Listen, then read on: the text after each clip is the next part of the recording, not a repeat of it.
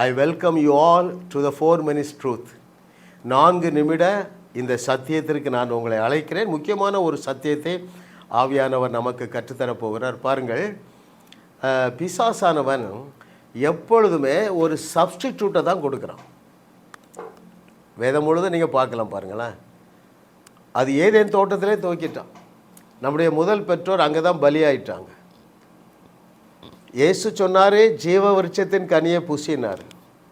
பிசாசு சொன்னால் மரண மரத்தின் கனியை புசி, அப்போ தான் நீ அவரை போல ஆகிவிடுவாய் என்று சொல். அதே போல் இன்றைக்கு முக்கியமான ஒரு காரியத்தை நான் உங்களுக்கு கற்றுக் கொடுக்க போகிறேன். விசுவாச ஜபமா அழுகையின் ஜபமா? அநேகர் எதை நம்புகிறாங்க? யார் மேடையில் கண்ணீரோடு அழுது ஜபிக்கிறார்களோ அவர்கள் அதிக ஆவிக்குரியவர்கள் என்கிற பொய்யை நம்புகிறாங்க. பட் அது அப்படி இல்லை அருமையான தேவர்களே. அழுது ஜபித்தவர்களுடைய பட்டியல் அல்ல, விசுவாசத்திலே கிரியை செய்தவருடைய பட்டியல் தான் ஹீப்ரூ 11 சாப்டர்ல. ஆமாம், பாருங்களேன், நமக்கு மாடல் யாருங்க? Jesus Christ. எந்த இடத்துலையாவது பாருங்கள், ஒரு உதாரணம் நான் சொல்கிறேன்னா, காற்று புயல் காற்று வந்துட்டு காற்றையும் கடலையும் அடக்கணும்.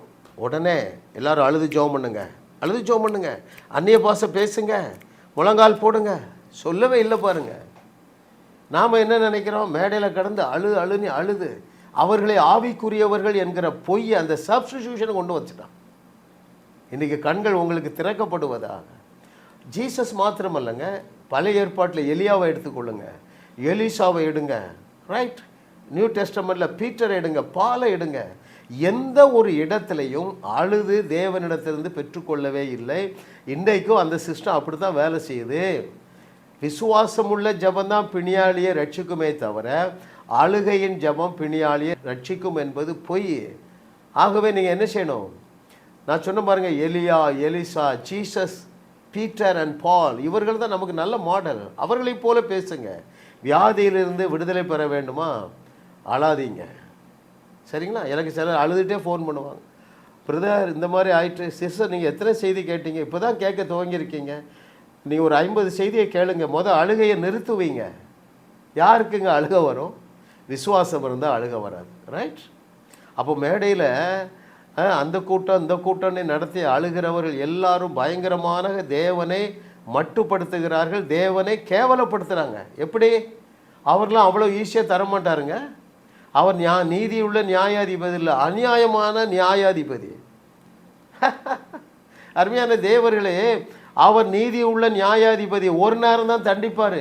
நீ செய்ய போகிற அனைத்து பாவங்களுக்காகவும் அவருடைய குமாரனை 2000 வருஷத்துக்கு முன்பதாக பூரணமாக தண்டித்து விட்டார். இனி உனக்கு தண்டனை கிடையாது. இந்த ட்ரூத்தை நீ ஏற்றுக்கொண்டால் விசுவாசத்தோடு பேசுவான். எதை விசுவாசிப்ப? ஆமாம், என் மகளுக்கு கையில் இந்த வலி இருக்க வேண்டியதில்லை. ஏன்? அவருடைய தழும்புகளால் குணமாக்கப்பட்டவள் என் மகா. இந்த ட்ரூத்தை நீங்கள் அறிஞ்சிருந்தீங்கன்னா இயேசுவை போல பேசுங்க. எப்படி பேசுவீங்க? இறையாதே அமைதலாயிரு, சித்தமுண்டு சுத்தமாகு, படுக்கையை எடுத்துக்கொண்டு நட. அங்கே அதுதாங்க பெரிய விசேஷமான ஜபம். வேறு எதுவுமே ஜபம் கிடையாதுங்க. அழுகையின் ஜபத்திற்கு 5 பைசாவும் கிடைக்காது. ஏனென்றால் யாரால் அழ முடியும்னா விசுவாசிக்க முடியாதவர்களால் மாத்திரம்தான் அழ முடியும், ரைட்? அங்கே மார்க் 11:23 என்ன இருக்குது? வாசிக்கவா? மேத்யூ 11:23, எவனாகிலும் இந்த மலையை பார்த்து நீ பெயர்ந்து சமுத்திரத்திலே தள்ளுண்டு போ என்று சொல்லி நீ சந்தேகப்படாமல் விசுவாசித்தால் நீ அழுது ஜெபித்தபடியே ஆகும் என்பது இட்ஸ் நாட் பிப்ளிக்கல். நீங்கள் தேவர்களாக இருக்கிறதுனால உங்கள் நாவில் சூப்பர் நேச்சுரல் பவர் இருக்கிறது. இயேசு கிறிஸ்துவை பின்பற்றி நீங்கள் பேசுங்கள், பிரச்சனைகளை தேடியும் காணாதிருப்பீர்கள். அது மிகவும் லகுவானது.